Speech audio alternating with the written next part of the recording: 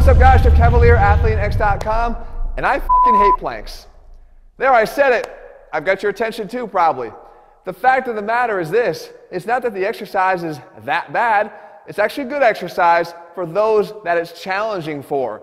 And that might be a very, very small subset of the people that are watching this video. Because I feel that the plank has become the #1 reason for mediocrity when it comes to functional ab strength. We spend so much time on the ground mastering a variation of a static plank, whether it be in a forward position or whether it be in a side plank position. The fact of the matter is you can handle this and you can handle a lot more. And if you're not challenging yourself with more difficult variations of this exercise, well then we have a problem. So what we need to do is we need to show you other variations of this exercise that are far more challenging than a standard plank that will allow you to get much more out of it, including hip strength and stability, ab and core anti-rotation stability, things that are much more important than just being able to stay like this for as long as you possibly can. As a matter of fact, if you can hold this position for a minute, you don't need to be doing static planks anymore.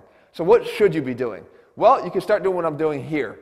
The first thing I want to target, if I want to take my planks to a much more functional and productive level, is I got to start controlling rotation. And by doing so, I'm actually getting the obliques involved as well. So what I can do here is this thread the needle variation.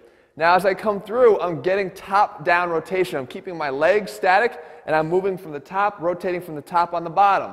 This is challenging. Okay, we can come in here, reach all the way through, and come up to the top. Now, it doesn't have to always be top moving on the bottom, but we can get the bottom moving on a fixed top. And we can do that here with these alternating toe taps. The key here is to not fall forward and fall backward, but slowly tap forward and tap backwards. And you're going to see that you're controlling the rotation here. And yes, I am working really, really hard.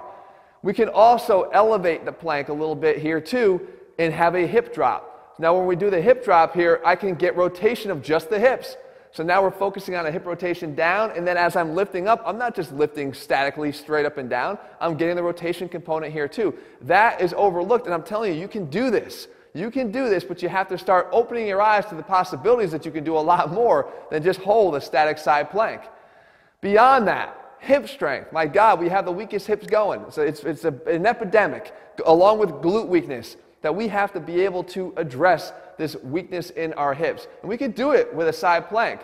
What you do here is you stagger your feet, and now you move your bottom leg. And we move our bottom leg to work the top leg. Because you can see here that the top leg, the adductor on the top leg, on the hip, has to stay really, really strong and contracted here to be able to hold us up into the side plank as we move that bottom leg. And we can do the reverse as well. We can keep the bottom leg there and now move the top leg. And we're now working the abductor, the outside hip muscles of that bottom leg, because if they were to give in, I would simply drop down to the floor. So we can move our top leg dynamically, again, much more involved than a static plank, and get so much more out of it. I mean, even a few reps of this and I feel it burning in my hips, because I too suffer from weaker hips than I want. So you want to make sure you address these as well. And again, back to the other variation too, we can add combinations to this exercise, make it more interesting, make it more fun. This is a plank press. It's kind of like a push-up, it's kind of like a plank, it's not like a standard plank, right? So we rotate down, we let our chest come down towards the floor, and then we push ourselves back off of it. And you can see the different variations here. The idea is that standard planks are most likely not challenging you. As I said in the beginning, if 1 minute you can hold a standard plank, whether it be on your elbows or forearms or even up on your hands or on the side plank position, you can do them all, forget it, move on.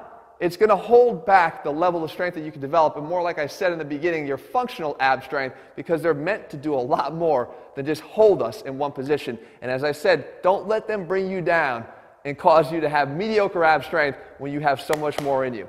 Guys, I hope you found this video helpful. If you're looking for a program that will challenge you in many, many, many ways, all 3 planes of motion, not just sticking us in one and saying stay there and hang out and we'll be back in a while. I'm saying train you like an athlete, then head to ATHLEAN-X.com and get our ATHLEAN-X training program. In the meantime, if you found this video helpful, leave your comments and thumbs up below. Let me know what you want to see, and I'll do my best to do that and cover it for you here in a future video. All right, guys, I'll see you soon.